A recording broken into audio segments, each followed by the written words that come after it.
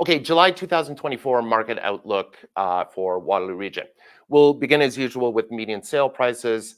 Same thing as last month. Prices are relatively sluggish, coming in at 750,000, which is exactly where we were in July of 23. So not a lot of progress there. As we're going to see in a few moments, I've been in real estate nearly 20 years now, and prices feel low, if that makes sense. I'm not sure when you would last find another instance where there had been nearly 30 months of sustained doom and gloom on the price side of things.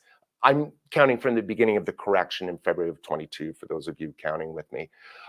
So a rally does feel long overdue, and I guess we're going to see. Anyway, average sale price was 790. So as with last time, a bit of a wider spread than normal. I think last month, though, was 50,000. So things are narrowing. But anyway, regardless, there were clearly a few big deals coming together. Anyway, next we have median sale price by property type. So again, same as last time, nothing big to report here, no big swings. As expected, condos fared the worst. Condos are having a really tough time right now. It seems every other owner is out there putting their unit on the market. Anyway, semis and towns switch spots and are up modestly. Same thing with single family homes. Anyway, so it would appear condos are making a not great situation a smidge worse. So good news, I guess, if you're in the market for a hands-off rental. Condos are, of course, really easy investments to manage, relatively speaking. Next, we have monthly sales. Okay, so monthly sales were down, closing at 677. For some context, June of last year, 781 sales. June 22, 746 sales. Okay, so again, not great news.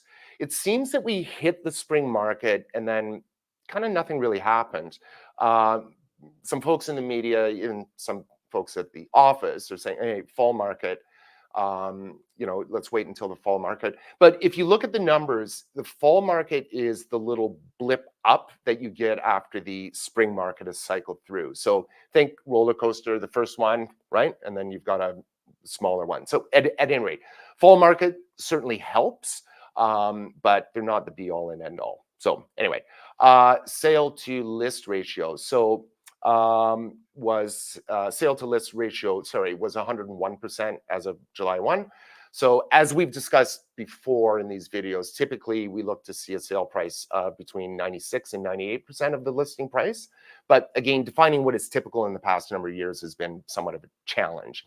Either way, there are clearly still a handful of sellers out there that are listing low, then waiting for multiple offers. Anyway, no big change here from the past few months, and certainly nowhere near the pandemic. So that's great news. Next, we have supply of inventory.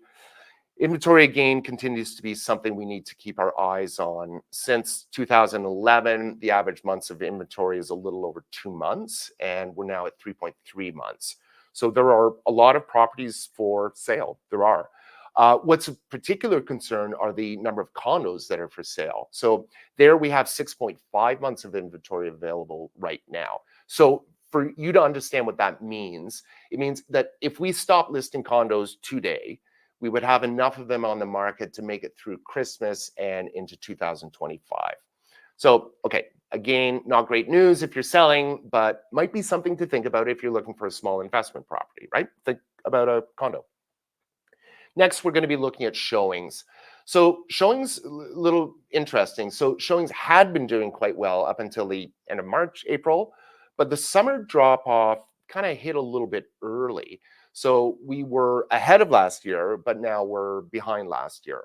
Now, last time we spoke, we had said that these stronger showings at the time may have been more people coming into the market, coupled with just simply more properties to look at on a given day when you're out shopping. So 2022, you may have looked at 2 properties because that's what was available. Now you might have 5 or 6. So it's going to register more showings. Well, today, there are even more properties available than we spoke last time, but fewer showings.